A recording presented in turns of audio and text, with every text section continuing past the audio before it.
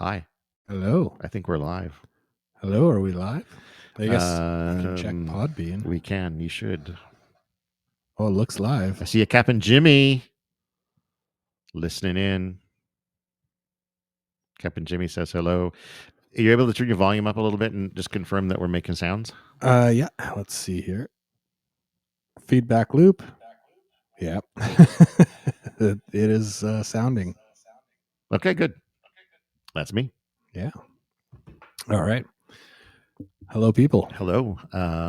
We have how many listeners? Does it tell us somewhere?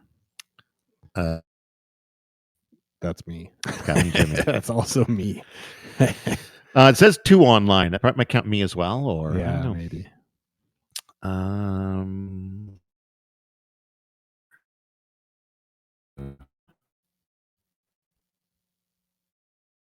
Okay. See, don't do that. Click it to get it automatically starts. Defamatory, harassing, obscene, or racist content is prohibited. We might be in trouble. Well, we'll have to try to dodge the blatant racism of it. I mean, it would be terribly ironic if we were somehow banned for discussing a bad book. book. I think that could probably be happening in the U.S. before too long. Like once a book is banned, talking Just about even it within talking about that state or whatever could certainly be illegal. Yeah. But that's why we're in Canada. Home of the free for Home now. of the free for now. We're reading the books that you can't in Florida. That's right.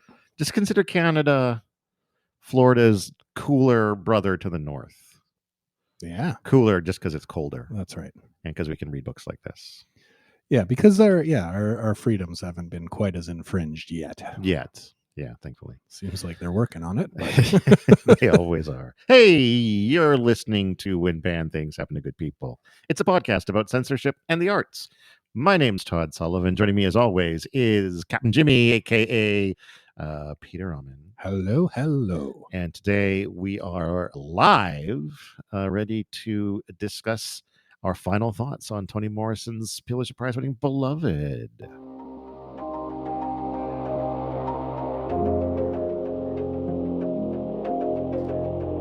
Didn't that happen last time?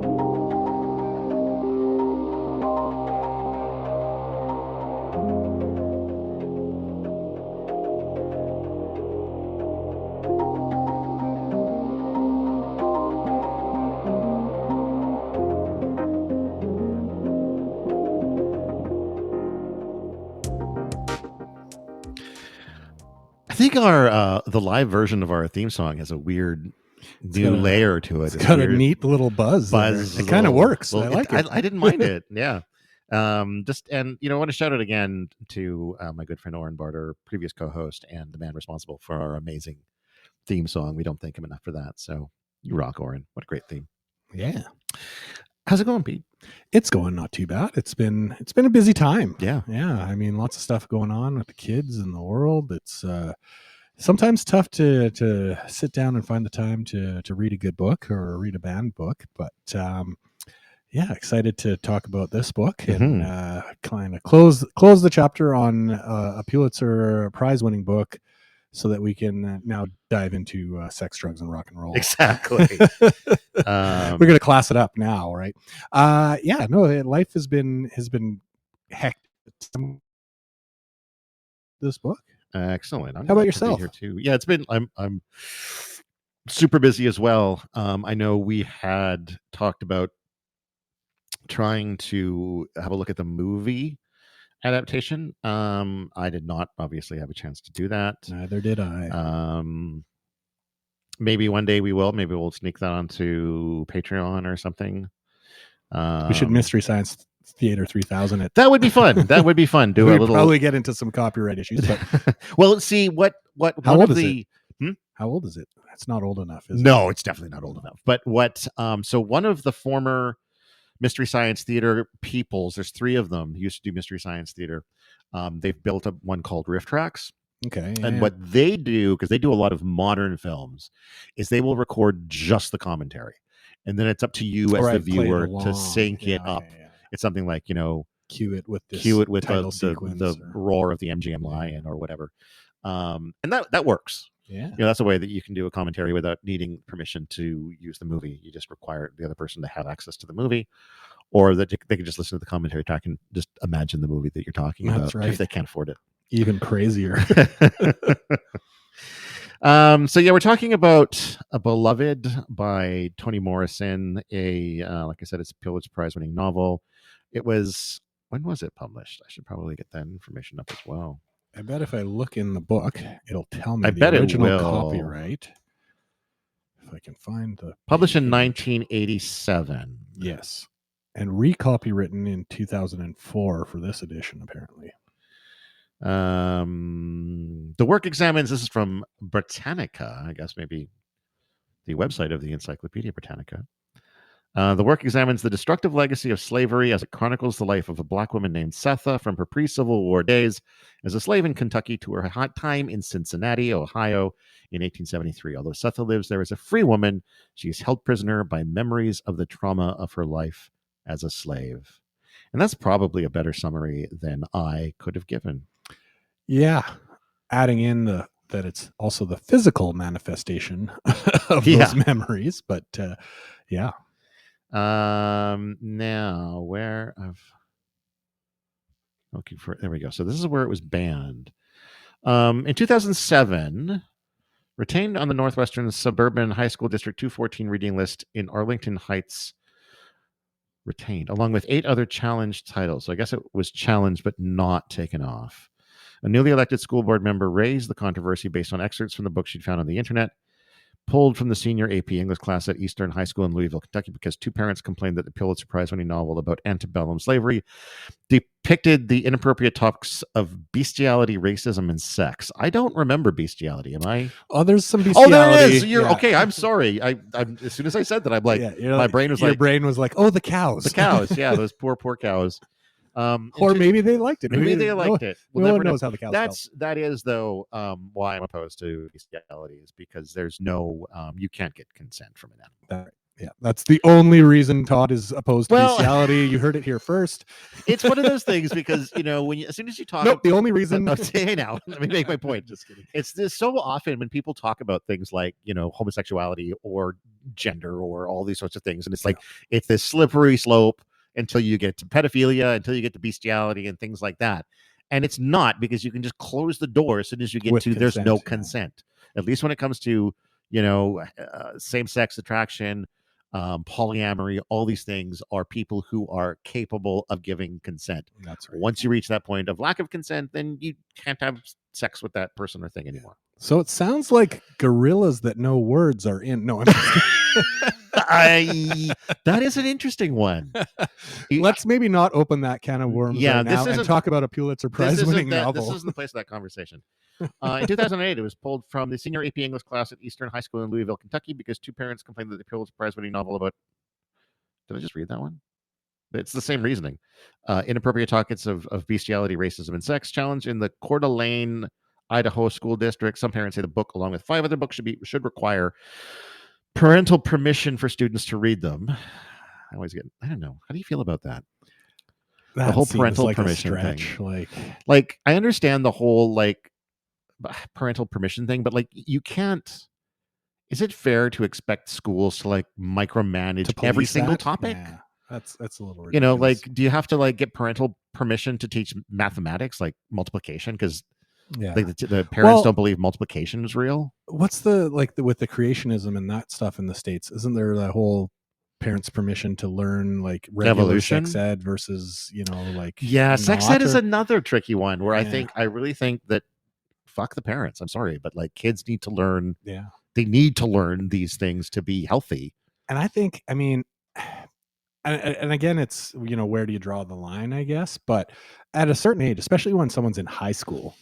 You've gone through puberty. You're essentially physically, for all intents and purposes, grown up. Why are we limiting these things that children need to know and are going to find out some other way? Yeah. Right. Why not teach some of it? Right. Or allow them access to it. It just doesn't make any sense. Right. You hear all these stories about, going back to the whole sex ed thing. these kids that are taught abstinence and nothing else, and then teen pregnancy rates are on the rise. They don't know what they're doing. Like it doesn't make any sense to withhold information that could be helpful, right? So yeah, I don't get that. Maybe elementary school is a place where some of that kind of stuff. Oh, certainly. You gotta watch a little bit, but I think parental permission in high school to read a book sounds ridiculous to me. Yeah, and it's funny too, because you see a lot of when it comes to the gender stuff in school, they're like, we don't need to teach the kids that. Go back to teach them the things you're supposed to teach them, the education stuff, and then you teach them about slavery, and they're like, no, we didn't mean that. Don't teach that because we don't want to talk about that. Yeah. 2013, it was challenged but retained as a text in Salem, Missouri high school advanced placement English courses, and that's where I think this book probably. And it looks like this is most of them. It feels like this belongs in kind of an advanced placement English course, not like just your regular kind of. Yeah, I mean, certainly from a readability standpoint, it's a challenge. It's a tough book right? to read. This is not you just pick this up. You went from a graphic novel to this. Like it's this is gonna be a challenge to get through, right? Like I get what you're saying, just from like the depth of the writing. But yeah, I mean, I think anybody who wants to get into this should be able to. But yeah, I think to have maybe a proper discussion, really delve into it and understand. Yeah, as far as it being a part of a curriculum, as opposed to like just having it on a shelf in like a high school is one thing. I think that's probably acceptable, but having it as part of a curriculum, I think it's a pretty complex book to be. I don't think there's anything necessarily wrong. I wouldn't be opposed, I guess, to a teacher choosing this for a non. It would be a challenge though, right? With kids that are not operating at that level. Exactly. I see a lot of challenges, but not being pulled, like challenged but retained. 2016 challenged but retained as an optional summer reading choice. I see that's a good choice too, having it as an optional sort of summer reading. Again, for the high school advanced placement classes, a parent admitted not having read the entire book when he addressed the committee in September, but wanted the book banned because of what he called porn content. That's something else that bugs me too, when you've got like these parents who come in and like, I read this paragraph, and this paragraph, and they're porn, and it's like, have you read the whole book? And I'm like, well, no. Yeah. Why would I need the context? Yeah, exactly. Nope, that one line was salacious. So exactly. Yeah. Have you read the context of the story? No? Okay. You think that's important? I don't know. 2017 challenged on the Fairfax County Senior English Reading List by a parent claiming the book includes scenes of violent sex, including a gang rape, and was too graphic and extreme for teenagers. The controversy led to legislation, House Bill S-16, that calls for the Virginia Department of Education to create a policy that notifies parents of the content and then allows them to review the materials. The novel is inspired by the story of an African-American slave, Margaret Garner, who escaped slavery in Kentucky. 2022, the Protect Nebraska Children Coalition, oh my God, I already hate the name of that, brought an extensive list of books to the Juanita Palisade Public Schools board meeting and wanted the books removed from both the elementary and high school libraries. The list of more than 30 titles included, we're going to hear some titles we've probably talked about before, or at least mentioned before. The Absolutely True Diary of a Part-Time Indian, Ghost Boys, 13 Reasons Why, Go Tell It on the Mountain, Speak, Dear Martin, The Color Purple, The Kite Runner, Beloved, The Undefeated, Pink is for Boys, and Harbor Me. The books are removed for evaluation at the Bedford County VA Public Schools. Moms for Liberty. Oh, Jesus. Moms for Liberty. Moms for Liberty challenged The Bluest Eye along with Beloved, also by Toni Morrison, plus The Kite Runner. You've mentioned the Kite Runner. We talked about banned books. I mean, I'm not sure why exactly. I mean, sure, there's some rough stuff in there, but again, it's based in that historically accurate kind of way, right? The Glass Castle, #murdered trending, Two Boys Kissing, All Boys Aren't Blue, by George M. Johnson. Is that the same George M. Johnson from Kamloops? That couldn't be, could it? All Boys. Hang on, that's not what I meant. All Boys. You got to be careful with this Google search here. Well, it's not my work computer, so. It's a young adult nonfiction memoir manifesto by journalist and activist. George All right, looks like we got a few more. Probably not. Got a few more people joining us. Born 1985. Yeah, no. Hello to Naden or Nad N. Spida Lee Mensa, and we need to talk with Nick B. Hey, Nick B, we can talk. Yeah. If anybody has anything you want to talk about, let us know. Feel free to message us or call in. So I think that's the history of the banning of some of the history of the banning of Beloved in America. So I guess let's start right there with, like, should this book be banned, and in what, or removed, or what? Let's rephrase it. Rephrase that question. What is the best context for someone reading this book? Should people just by default have access to this book? I mean, I think so. Yeah. I don't see, anything here that when it's the true to life, like based on, real life, based on historically accurate kind of things that happened, it's tough, I think, for anyone to say, no, that shouldn't be out there in the world.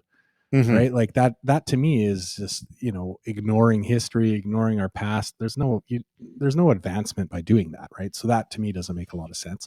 I think there's maybe an argument that it's a little advanced for like young kids, but I think in high school, everyone should have access to this book. I mean, certainly there are some things in there that are, like they mentioned, bestiality and things like that, but it is,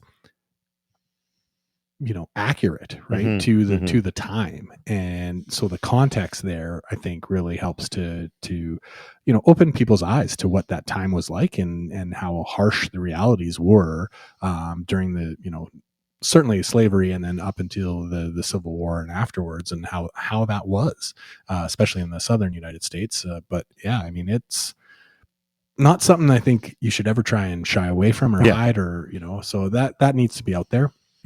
I think, as we mentioned before, it is a challenging read. So, having it out there, people that are reading books that they, just to be salacious or to find the word boobies or whatever, they're not going to get through this book. There are better books to choose from. Yeah, there are other ways to go.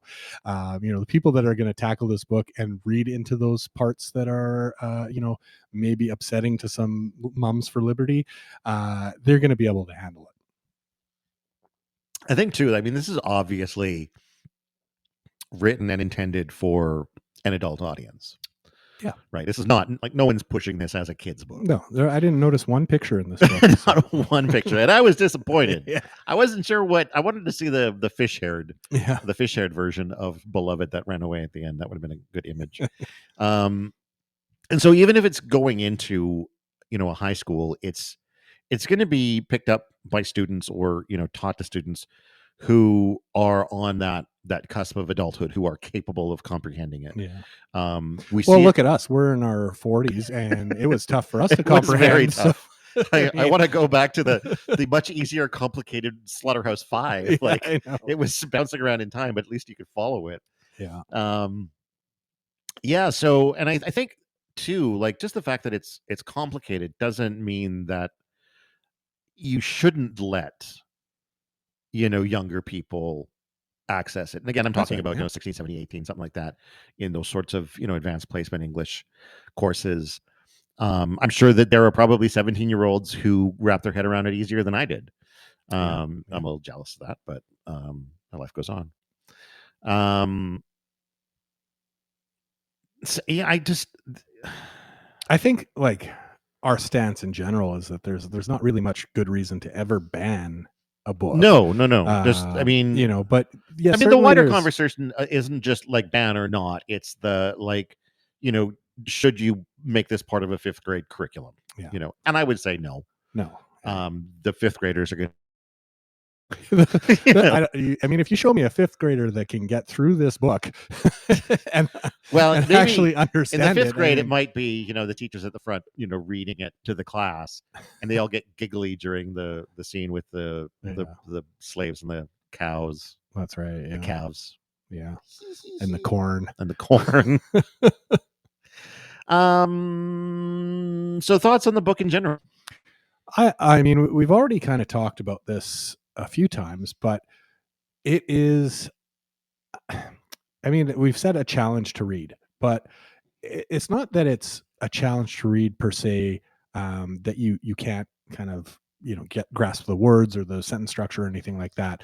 There's a couple challenges in the sense that information is laid out early in the book, and it jumps around in time a little bit, and it's difficult to follow and to parse which information or pieces or facts that you're going to need to know later, or that you're going to clear up later, because some of them aren't always cleared up.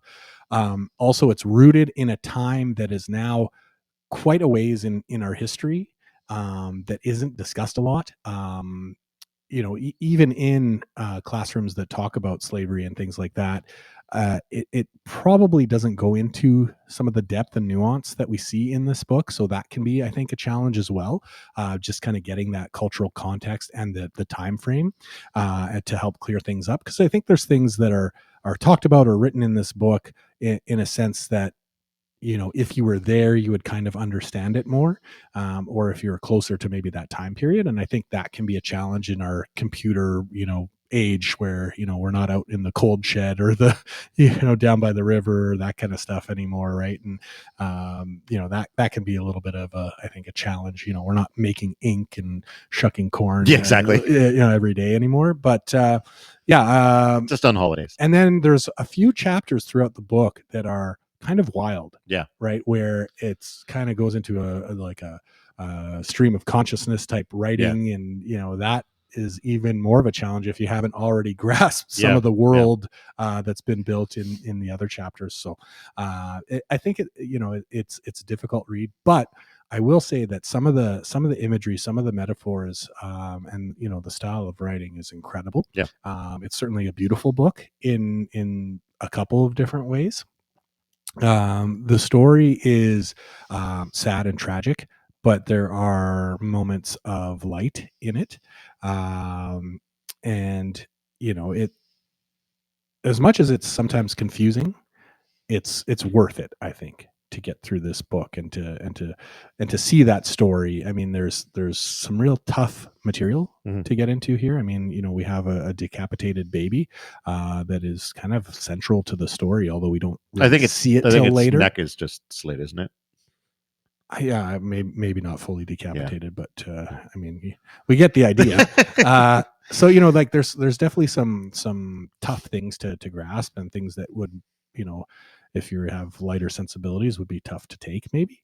But the way it's written, it's very, I think, thorough in getting the emotions of the characters involved, and to really see the kind of the pain and the struggle and the grief and the trauma, of that time. Kind of it takes place kind of in two time periods: during the kind of the end of slavery at Sweet Home, and then post Civil War kind of end of slavery in Cincinnati. So we get those two time periods, and they're going back and forth, and we get to really see how hard life is in both time periods. And so I think that is, there's some real value to that, especially for, people like us who are well past that time, or live in a different country, or, who weren't there or have, experience with that. Right. Yeah. I think too, the sort of history of slavery in America, I feel like is one that in literature and in sort of the history curriculum and everything else, there's a desire to kind of paint over it a little bit, to try to, make it seem, depending on the state, paint over it a lot. Yeah. Yeah. And I also think about, films like A Birth of a Nation, which was one of the most insanely racist movies I've seen, and the portrayal there of these slaves as being happy, and healthy, and begging their slave owners not to let them go, not like, please don't let the Civil War come and rip us from your carrying grasp. And you see that's the picture that certain people are trying to paint of that period. There's probably, I feel like by 1987, it was pretty known that wasn't an accurate picture. And maybe this book wasn't necessarily required to help paint that, but also it's possible that the depth of how bad some of it was wasn't really touched on until something like this. I really don't know the history of the sort of literature of that period. Well, I mean, I think you said it already in that it has been kind of suppressed, especially within schools. I think the other thing within this book is that, as we talked about in some of the episodes, Sweet Home, the plantation where these people were, was ostensibly one of the better, or nicer, or more kind of beneficial owners, and treated them a lot better than a lot of other places would, and it was still a traumatic and horrifying experience. So I think that kind of context to go, listen, this was like a good plantation, quote unquote, and it was still that bad. Imagine now how bad things were in other parts of the of the states. And I guess to an extent too, like how much of the it's not that bad at Sweet Home is just what you tell yourself to keep going. I mean, to an extent, like it's obviously not as bad because it is discussed in the book, the differences that like they're sort of treated with a bit more respect. Yeah, they're thought of as men and not boys. Right, yeah. They get guns. But at the end of the day, they're still somebody else's property. That's right. And they have a dollar value that's attached to them, and they're still working for nothing. Yep. They're not generating any income. They're just generating income for you. And maybe they can work a little overtime, unless they use their free time on the weekend. Yeah, right, like Hallie did. But that was shut down as soon as the school teacher came in. So. Yeah, well, because the Mr. Whatever had died as well. So, any favorite moments from the book? I mean, as much as you can have with a book like this. Yeah, I would say there's some moments that were tougher. We already kind of alluded to, but in one sense, like some of those are like cornerstones or key parts of the book.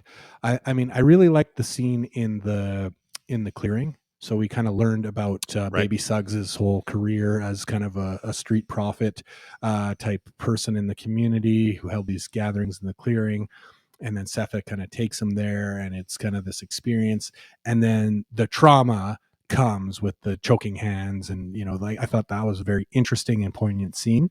And then another kind of standout is the actual scene where we see the school teacher come to apprehend them in Cincinnati, and kind of that whole thing, and just seeing how like the desperation and the fear and the love that has for her children and what that drives her to do.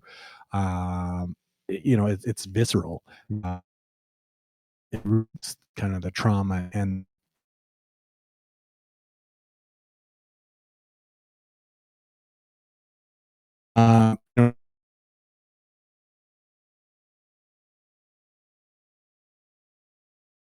out of the house, and then it goes bangs Setha right afterwards. Yeah, and I mean, there's nothing that gets you hornier than kicking a ghost out of the house, little ghost fist fight. Yeah. So that was kind of an interesting scene.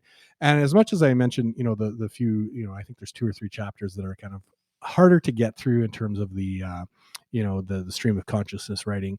They were very interesting, even if tough to understand. Yeah. And then the other one that I kind of stands out in my mind is it's she paints a picture of them eating corn. They had like a corn boil up, a corn feast, but it's also an allegory for kind of the sexual encounter that Hallie and Setha have on their quote unquote marriage night. And I thought that was really kind of well done and beautiful, and just kind of a nice kind of thing within this book that's so full of trauma. How about yourself? I think the ones that really stand out to me, when she comes, that was kind of a shock for me. A sort of a spiritual presence on the part of Beloved. I wasn't expecting there to be some sort of like a physical manifestation, and that sort of cranked the dial up for me of like, oh, what's going to happen next?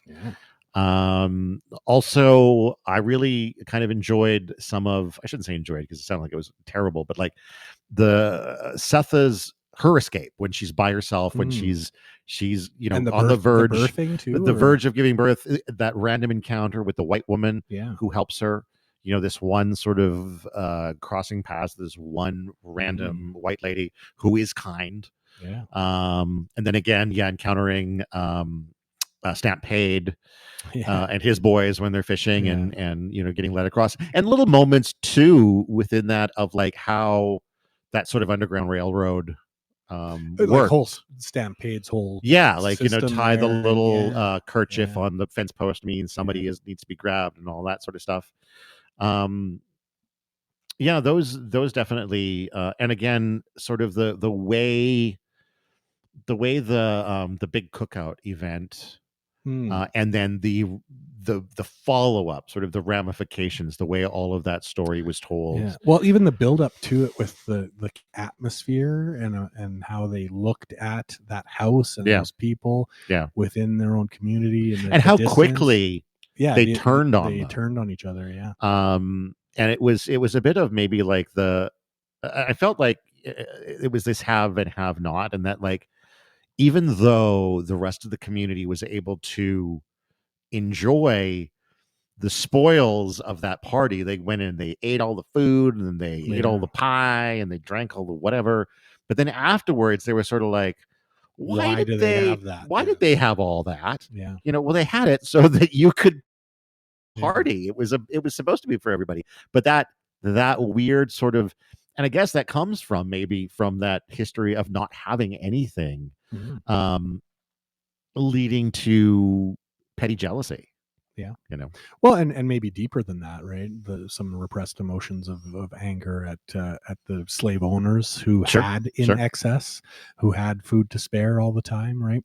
That there could be some undertones of that there as well. But yeah, that that sense of community and the turn that it takes, yeah, the reaction to people having more than them, and then seeing in the end when they get the kind of information that um, there could be other things involved as far as why Paul D left and why he came back and that kind of thing, and then they actually come together, the community, or at least the church ladies, right? And they come to sing and pray and actually be helpful, maybe realizing their mistake, maybe going, oh geez, it's been 8 years or whatever, and we've really kind of let Setha down, whatever that is. There's some penance there at the end, at least, and the community kind of comes back together. So that's kind of neat as well, even though it goes a little bit wrong. it does for a little bit there, yeah. A little wrong there, but yeah, there's lots of neat scenes in here.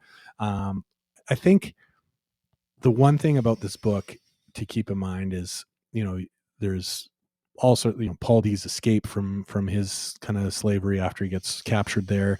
That was a pretty compelling story too. The getting out of the ditch or crawling whatever, through the mud, and like the historical accuracy of a lot of this stuff, right? I think is important to, like, this isn't just a story that's been created. I mean, it's based on a real woman. I mean, I would say inspired by more than based on, yeah. But those events happened. Yep. The escapes and the systems of communication, and all of this stuff happened and existed, and this is kind of how that world was. And I think it's important to remember that this isn't a made up story. Well, I mean, like, the story, these characters are made up, but the world and the context and even a lot of the events that happen in the story are based on historically accurate, events. So that, for me, I think places some more importance on, or gives maybe greater gravitas to, like, the trauma that the characters are going through. I mean, obviously the supernatural aspect may not be historically accurate, for sure, but again, I mean, it can be looked at as just a metaphor for grief as well, right? Yeah. For haunted by your actions and everything else. Yeah, exactly. And I think that's where fiction can sometimes, weirdly enough, speak almost more truth than like a nonfiction. Yeah. Because by using this sort of a ghost story as that metaphor for the haunting of grief, you can convey it in a way that, like, just sort of describing the grief itself can't quite capture. That's right. Yeah, that physical manifestation, how that plays out, how it affects their lives and their world, right? Yeah, certainly easier to wrap your mind around, I guess, than it felt bad. Yeah, exactly. I was bummed. It sucked. Yeah. Was there anything surprising? Because like the one thing for me was that right up until the very end, I wasn't sure that we weren't going to encounter Holly. I know that like there was this image of him kind of being like Still potentially alive. well, he was Or, still potentially alive, yeah. but also he was a little bit Kind of like catatonic. catatonic, whatever the reason for that was. I was a little surprised we never found out for sure what was behind that either. Like, Mhm. that was my biggest sort of shock. That not that he didn't show up, but like That it wasn't addressed in any it real wasn't way. addressed, and it was always hanging that he might, especially when it we were started to sort of spend some time inside of Denver's thoughts and realize that her whole life, or most of her life, she's been waiting for Yeah. Holly to show up and save her Mhm. from this woman that, in her mind, could potentially snap and try to kill her at the drop of a hat. That's right. Yeah. So that was a bit of a surprise for me. Anything for you, or I mean, I think for me, I had a hope that we might see some of that, but after finishing the book and looking back at it, just the fact that we have this scenario of a person that we don't know about what happened to them, and we never hear from them again. Part of me goes, yeah, that's pretty realistic to Oh, yeah, what for a sure. lot of people were experiencing, and I felt it almost fitting that we don't really find out about him, and it's just kind of left, right? Because Yeah. that's how it was for a True. lot of people in that time. But yeah, certainly, I mean, it would have been, for the story's sake, more interesting to have a little bit more closure, a little bit more information there, before we kind of walked away from the story. But yeah, I mean, the surprising thing, I think, for me, was, I already talked a little bit about it, the kind of the community coming back together at the end. Right. And because when we start the book, I mean, nobody goes by the house. Yeah. They walk around it. They don't talk to anyone who lives there, and they're shunned by the community. Yep. They're outcasts, right? And then to see at the end, despite these horrific events that have kept the community away, for them to kind of come back and to say, hey, no, we're going to pray for you, we're going to help you, we're going to help feed you and take care of you. That, I think, maybe not super surprising per se, but I really liked that, and thought, wasn't thinking that was going to happen. Fair enough. Final rating on the book. Well, I don't like to ever give out 100%, but this is a pretty darn good book. Mhm. So I think I will go 4.5 pregnant ghosts out of 5 on Okay. this one. All right, I'm going to go a little lower, actually. Oh, okay. Just because of the struggles I had with the language. It was a tough read, and I think to an extent maybe not really for me for that reason.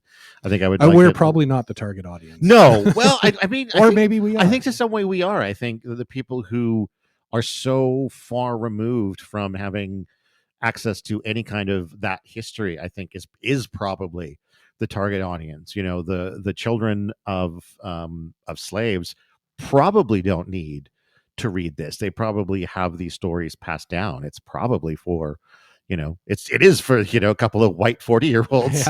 Yeah. Really. Having said that, like, I still think it's a really good book, and I'm going to go with like 4 out of 5 moistened spiritual manifestations. Okay. Yeah. Okay. Nice. Crawling out of the river, fully clothed. Crawling out of the river. Yeah. In a fancy dress. Yeah. So from there, we've got some people in the chat. If anybody wants to share their thoughts on the novel Beloved by Toni Morrison, or banned literature in general, or we've got PR Randy that's PR also Randy joined. just joined us. We are definitely open to taking calls or just answering questions in the chat if anyone wants to throw something in there. Anyone in the room, have you actually read the book or any of the banned books that we've covered? Just curious. And if you have, do you have a favorite, or do you have one you've been planning to read? Yeah.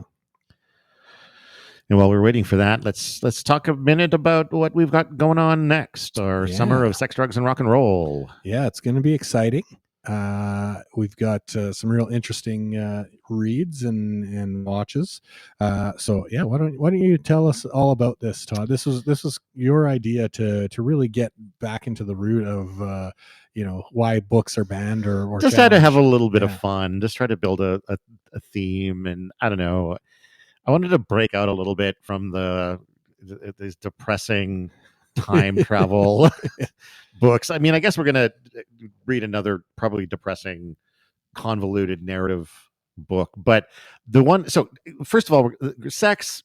Our next topic is sex, and the intention is to discuss Madonna's book, Sex, Yeah. from 1992, I think it is, which is a long time ago. I was actually telling my my ex about this, my the mother of my adorable child, and she was like, "Did you know that there are people who, I guess Madonna's on tour right now, Oh, really? Wow. and she's like 70 something, I think." Oh, if the Rolling Stones are doing it, Right, the Rolling Stones have got to be like 90 at this point, practically. well, But they look that. they look They're that probably they've only looked that 70. for 20 years at least. Um, but apparently she's still doing the whole sexy outfits and like fake masturbation on stage and everything else. And I guess there are people who are like the young kids right now, like I don't know what you call them, millennials or Gen Alpha or whatever. They're all like, "Oh my god, who is this old woman being weird and sexy?" And it just seems like my thought is like it's just Madonna doing Madonna. Yeah. Like if there was a single person that I would expect to be continuing to act like this into their 70s, it is Madonna. Yeah. So not a shocker. Well, not for us. Not for us, but I yeah. guess to the young crowd who's like, the old people shouldn't be allowed to be sexy Yeah. or, act in a sexual fashion. Well, get used to it because, Visit a nursing home. visit a Jesus. nursing home. Yeah. You'll see some sexiness. Put one of those elders into a G-string or something. There you go. So I think it's a little fitting to look back on, I think the sex book and the erotica album where she really pushed the sexuality thing to the furthest extreme that I think she has to date.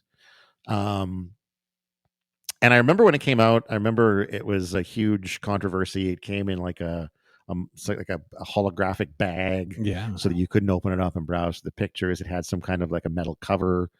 I was hoping to be able to buy a copy of eBay.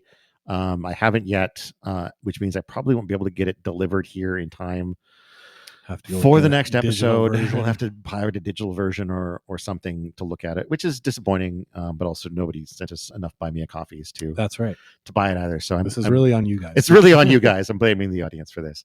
But we will check it out. And I don't know. I don't really think we've decided for sure because it's only going to be a single episode. We might just discuss it live. Yeah, I think we might just go live instead of bothering to record it. I'm not sure. Maybe I haven't decided yet. We'll see. It'll happen in 2 weeks, probably. Somewhere either way, yeah. If it's live, it'll be in 2 weeks. If it's I don't know. We'll see. Just pay attention. Just get ready for us to talk about sex more than we normally do. Probably a lot more than normal. Following that, we're going to spend a couple of weeks on a novel, Naked Lunch by William S. Burroughs. One of the reasons, so this has been on my kind of reading list for a while, but I also wanted to pick a book that was banned in a kind of a different way. The thing with Naked Lunch is that it couldn't even be published in America originally. I think it ended up needing to be published like in France. And then it became a whole it was, you couldn't bring it into the United States because it was considered obscene.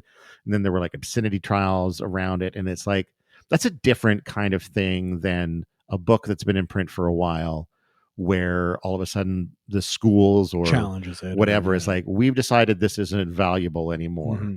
It's like right from the get-go, people were like, this shit's fucked up. Yeah. We can't let anybody's eyes go on this. And I think it has a lot to do with drug use, but also homosexuality, and some, I believe, some fairly sort of open and frank discussions of struggling with both. Okay. I'm pretty excited about that. I've never read a William Burroughs novel. Neither have I. And I think I have 2 copies of this Oh, right on. now. One of them I don't know where it is. I have a 25th anniversary or a 50th anniversary or 40th anniversary edition in like a slipcase. That's all very nice, but I don't know where it is. Okay. I have a paperback that I've bought more recently though. And then after that, we're going to watch a rock and roll documentary. So that's our sex, drugs, and rock and roll. The rock and roll documentary is on the Rolling Stones, you just mentioned. So it'll have all 3. It will have all 3, yeah. Right there in one movie. Yeah, and it's called Cocksucker Blues. It is a documentary made on the Rolling Stones, I think around 1967. And it was never released. It was never officially released. And in fact, due to like legal wranglings between the director and the band, because it was the band who didn't want to see it released because it didn't portray them in the greatest light.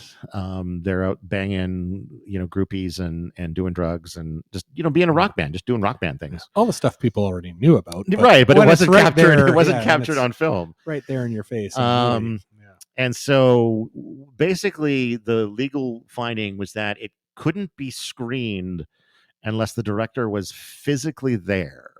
Mm-hmm. So basically it's sort of like this is how cloning got started. No, yeah, exactly. It's sort of become like the director's home movie, I guess, in that like he's got to physically travel around with it and bring it to theaters. And I don't actually know the history of it. I don't know if he's traveled with it or not. We'll get into it, yeah. But I do know that there is a very, very bad version of it that you can watch on archive.org, and that is where we will be watching it. One of my favorite things about the internet, and there's a lot of things to hate about the internet, let's put it that way, but one of my favorite things is when it's able to sort of archive these kind of lost media. That this thing that nobody was ever real, or like very few people were ever meant to see. There's a corner of the internet that it can live on. Preserves it. It. It's a double-edged sword, but I think that it is value but, there. Yeah, as someone who has looked for movies that I've seen in the past that I've wanted to see again and not been able to find them anywhere, it's a little bit frustrating because you get this idea in your head that once the internet has existed, like everything's on it. Nothing will ever disappear. That's just not true. No, it isn't. Things disappear all the time. Yeah. For years, for decades, there was a film by Ken Russell named Horror. Came out in the 90s that I saw in the 90s, and I thought it was quite good. And I've just never been able to find it streaming, DVD. It popped up on the Criterion channel a couple of months ago as part of a retrospective on Ken Russell. And I was able to see it for the first time in like 35 years, probably. And it's not on the internet anywhere. Right? And it's not. Well, I think you might be able to buy a DVD for maybe a lot of money because I think the DVDs are out of print. Definitely no Blu-ray. Definitely no 4K re-release of it. And that's the case with a lot of sort of unknown or under the radar kind of films as they drop off. Even if there was a DVD at one point, the company that made them stops printing them. That's right. And then you're looking at, either finding a lucky thing in a pawn shop or... Yeah, I mean, it physically takes a person actively who has access to that media to preserve it, right? So, if that doesn't happen, right, because the company closed down and nobody cared or nobody had the rights or whatever, then it just disappears almost forever, really. Yeah. So thanks to archive.org for allowing us to check out Cocksucker Blues. I'm never going to get tired of saying those words. Great title. It's a great title. Great title. Buy them a coffee and then buy us a coffee. Buy the filmmaker coffee. I'm sure the Rolling Stones can afford their own coffee. I meant buy archive.org a coffee. Buy archive.org a coffee. The people behind that, they're doing good work. Yeah. And you can actually see old versions of my website there. Oh, really? My very old website with all my newspaper columns. You can find some of. I don't know if you can read actual columns, but you can get to my old homepage, like headlines or something like that. Or no, I used to write a column about a weekly newspaper column about the internet. About, like new websites published online, or It's published in newspapers, and then I also uploaded it onto the internet at caughtinthenet.org. Oh. That domain now probably belongs to somebody else, but if you look up caughtinthenet.org at archive.org, you can find it. Not seeing any chats. Haven't seen any calls. Thanks, you guys, for hanging out and listening to us anyway, even if you're not in the chatting mood. Yeah. Hopefully you got a bit of value out of this. Hopefully you've maybe listened to some of the other episodes where we really delve into the book. And if you ever have a question or a topic or something you want to discuss with us and you don't feel comfortable in the live, that's fine. You can send us an email. I think you can do reviews and stuff like that, or comments on the episodes. All of our podcasts are now available on YouTube now that Google Podcasts is shutting down. So that's actually great. You can give like thumbs up and leave comments on the YouTube podcast as well. The comments get right back to me. I get notifications about them. Comment on whatever podcast episode you want to, but like, just maybe don't mention the Turner Diaries ones. Yeah, it's always disappointing when we see that the ones that like seem to like generate comments or get listened to the most are the ones about literally the most racist, disgusting thing I've ever laid my eyes on. But you do you. I don't want to tell you how to live your life. That's right. Further down the road, any books that you want to maybe cover one day? I know there was a one that we talked about in the list of other challenged books at the start of the episode. Is it the Part-Time Indian? Yeah, the Part-Time Indian one. That's been kind of on my list for a while. So I'd like to get that in at some point.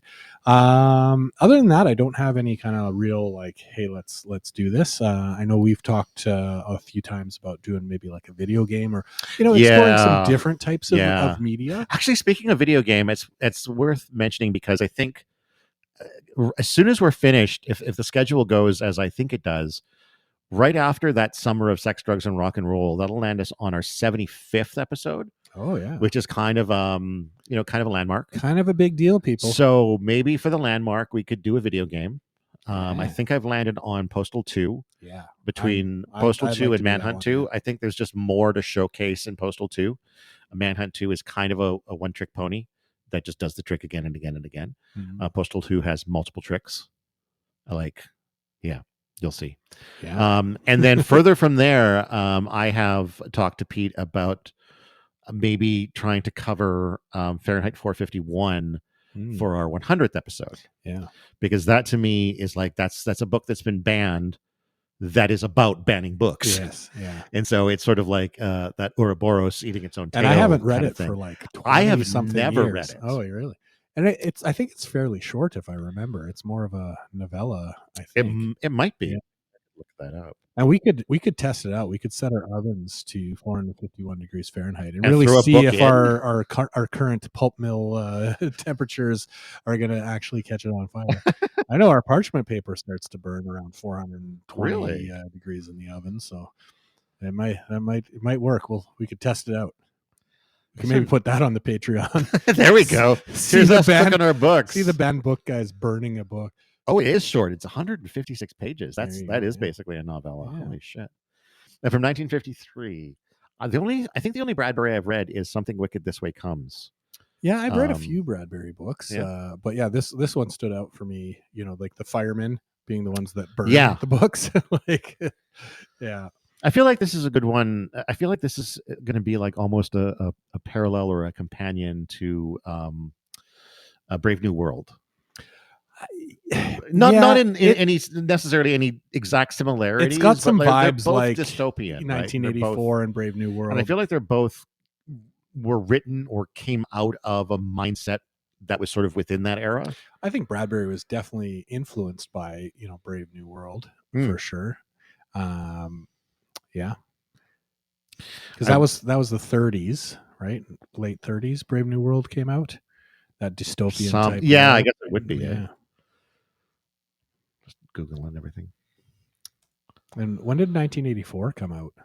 because That was in the 30s too, wasn't it? Yeah, so definitely 1932 for Brave New World. 1984. 1949. Yeah, so I think both of those would have had a pretty big influence. They're very similar vibes in that Yeah. Big Brother is watching this dystopian society. And I feel like we're going to have to land on 1984 at some point too, right? Yeah. Although, I don't know. I like Animal Farm better for Orwell books, but they've both been banned, I think. I'm sure they have. Yeah. We can get to any number of books if we try long enough. That's right. There's a lengthy list, unfortunately. There is a lengthy list out there of books that have been banned or that people have not had access to. It's sad and tragic, and we're gonna try and talk about them all at some point. As many as we can. Yeah. Till we're old and blue in the face. Yeah. All right. Well, I guess we can probably wrap things up here. Yeah. Well, let's thank everyone here for listening. I Yeah. mean, it's I know nobody commented, but I'm glad we had a few people join us. Absolutely. Live. It's always check out the always room nice to have and people stay listening. around for a while. Appreciate you guys being here. That's awesome. And why don't we talk a little bit before we sign off? Talk a little bit about the link tree and everything. I know we mentioned leaving comments and stuff, but just where they can go and how they can get there. Yeah. So one spot you can find a bunch of stuff at is at our website, which is blahblahblahmedia.com, BLAHBLAHBLAH media. You can also find a bunch of links at our link tree, which is link.tr/blahblahblahmedia. Our email, if you want to get in touch with us, is bandthingshappen@gmail.com. Both the link tree and the website will get you access to, the website has all of our past podcasts for this program, as well as for Half Cut Conspiracies, which is another podcast I do with my friend Carlos Sia, where we drink cocktails and laugh at conspiracy theories. Is your live one out? I don't think it is. Oh. I should look into that. I don't think I actually got the recording back from that event. We did a pretty cool live on stage episode about a month ago, I guess. Yeah. The Hydra Festival. Yeah, the Hydra Festival here in Kamloops, and it had a lot of fun, sort of back and forth with the audience. Broke down into to chaos at a certain point, which I think was fitting for that particular show. We'll get that up there. Although some of the, not that one, but some of the recent episodes where Carlo and I have just sort of gone live and shot the shit for 2 hours about a conspiracy, those have now been released. Oh, okay, awesome. He was sitting on those for a while, but they're out now. And then again, links there to our Buy Me a Coffee, to Patreon, to our merch store. We've got merch you can buy, hats and shirts and coffee mugs and stickers and all kinds of good things. They say, go read a fucking book.